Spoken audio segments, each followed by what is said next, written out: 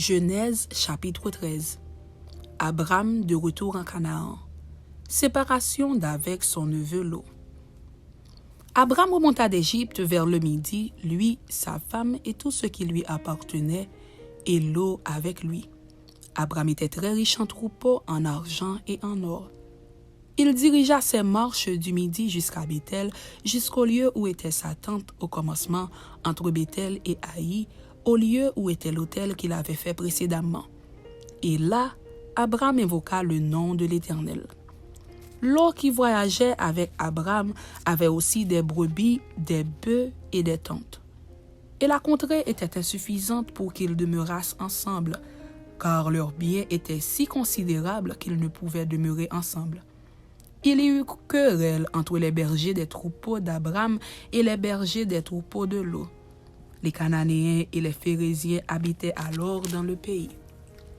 Abram dit à Lot, « Qu'il n'y ait point, je te prie, de dispute entre moi et toi, entre mes bergers et tes bergers, car nous sommes frères. Tout le pays n'est-il pas devant toi? Sépare-toi donc de moi. Si tu vas à gauche, j'irai à droite. Si tu vas à droite, j'irai à gauche. » Lot leva les yeux et vit toute la plaine du Jourdain qui était entièrement arrosée. Avant que l'Éternel eût détruit Sodome et Gomorrhe, c'était jusqu'à Tsoar, comme un jardin de l'Éternel, comme le pays d'Égypte. Lot choisit pour lui toute la plaine du Jourdain, et il s'avança vers l'Orient. C'est ainsi qu'ils se séparèrent l'un de l'autre. Abram habita dans le pays de Canaan, et Lot habita dans les villes de la plaine, et dressa ses tentes jusqu'à Sodome. Les gens de Sodome étaient méchants et de grands pécheurs contre l'Éternel. Promesse de l'Éternel.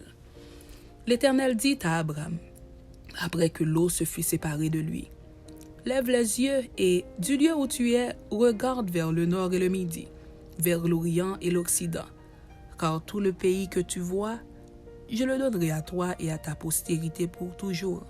Je rendrai ta postérité comme la poussière de la terre, en sorte que, si quelqu'un peut compter la poussière de la terre, ta postérité aussi sera comptée.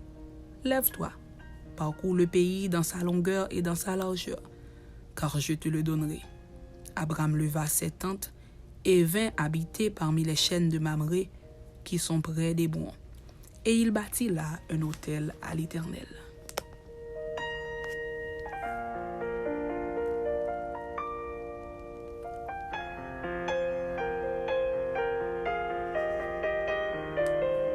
Genèse chapitre 14. Abram, vainqueur de plusieurs rois. Dans le temps d'Amraphel, roi de Shinéar, d'Arjok, roi d'Elassar, de Kedorlaomer, roi d'Élam, et de Tidéal, roi de Gojim, il arriva qu'ils firent la guerre à Béra, roi de Sodome, à Birsha, roi de Gomorrhe, à Shinéab, roi d'Adma, à Sheméhéber, roi de Tseboïm, et au roi de Béla, qui est à Tsoar. Ces derniers s'assemblèrent tous dans la vallée de Sidim, qui est la mer Salée. Pendant 12 ans, ils avaient été soumis à Kedorlaomer, et la 13e année, ils s'étaient révoltés. Mais la 14e année, Kedorlaomer et les rois qui étaient avec lui se mirent en marche, et ils bâtirent les Réphaïm à Ashteroth Karnaïm, les Uzim à Ham, et les Émim à Chavé Kirjataïm, et les Horiens dans leur montagne de Séhir, jusqu'aux chênes de Paran qui est près du désert. Puis, ils s'en retournèrent, vinrent à Mishpat, qui est à Kadès, et bâtirent les Amalécites sur tout leur territoire, ainsi que les Amoréens établis à Hatsatson Tamar.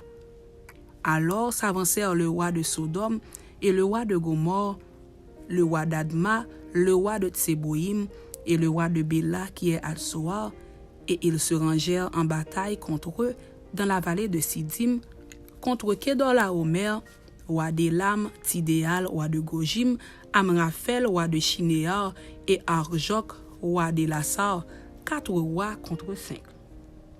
La vallée de Sidim était couverte de puits de bitume. Le roi de Sodome et celui de Gomorrhe prirent la fuite et y tombèrent. Le reste s'enfuit vers la montagne. Les vainqueurs enlevèrent toutes les richesses de Sodome et de Gomorrhe et toutes leurs provisions, et ils s'en allèrent. Ils enlevèrent aussi avec ses biens Lot, fils du frère d'Abraham, qui demeurait à Sodome, et ils s'en allèrent. Un fuyard vint l'annoncer à Abraham l'Hébreu. Celui-ci habitait parmi les chaînes de Mamré, l'Amoréen, frère d'Escol et frère d'Aner, qui avait fait alliance avec Abraham.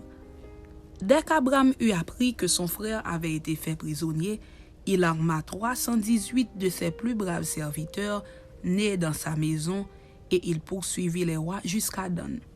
Il divisa sa troupe pour les attaquer de nuit, lui et ses serviteurs. Il les battit et les poursuivit jusqu'à Shoba, qui est à gauche de Damas. Il ramena toutes les richesses. Il ramena aussi Lot, son frère, avec ses biens, ainsi que les femmes et le peuple. Melchisédek. Après qu'Abraham fut revenu vainqueur de Kedorlaomer et des rois qui étaient avec lui, le roi de Sodome sortit à sa rencontre dans la vallée de Chavé, qui est la vallée du roi. Melchisédek, roi de Salem, fit apporter du pain et du vin. Il était sacrificateur du Très-Haut. Il bénit Abraham et dit: « Béni soit Abraham par le Dieu Très-Haut, maître du ciel et de la terre. Béni soit le Dieu Très-Haut qui a livré tes ennemis entre tes mains. » Et Abraham lui donna la dîme de tout. Le roi de Sodome dit à Abraham: « Donne-moi les personnes et prends pour toi les richesses. » Abraham répondit au roi de Sodome: « Je lève la main vers l'Éternel, le Dieu Très-Haut, maître du ciel et de la terre. Je ne prendrai rien de tout ce qui est à toi, pas même un fil, ni un cordon de soulier, afin que tu ne dises pas: j'ai enrichi Abraham. Rien pour moi. Seulement ce qu'ont mangé les jeunes gens et la part des hommes qui ont marché avec moi, Aner, Escol et Mamré, eux, ils prendront leur part. » Amen.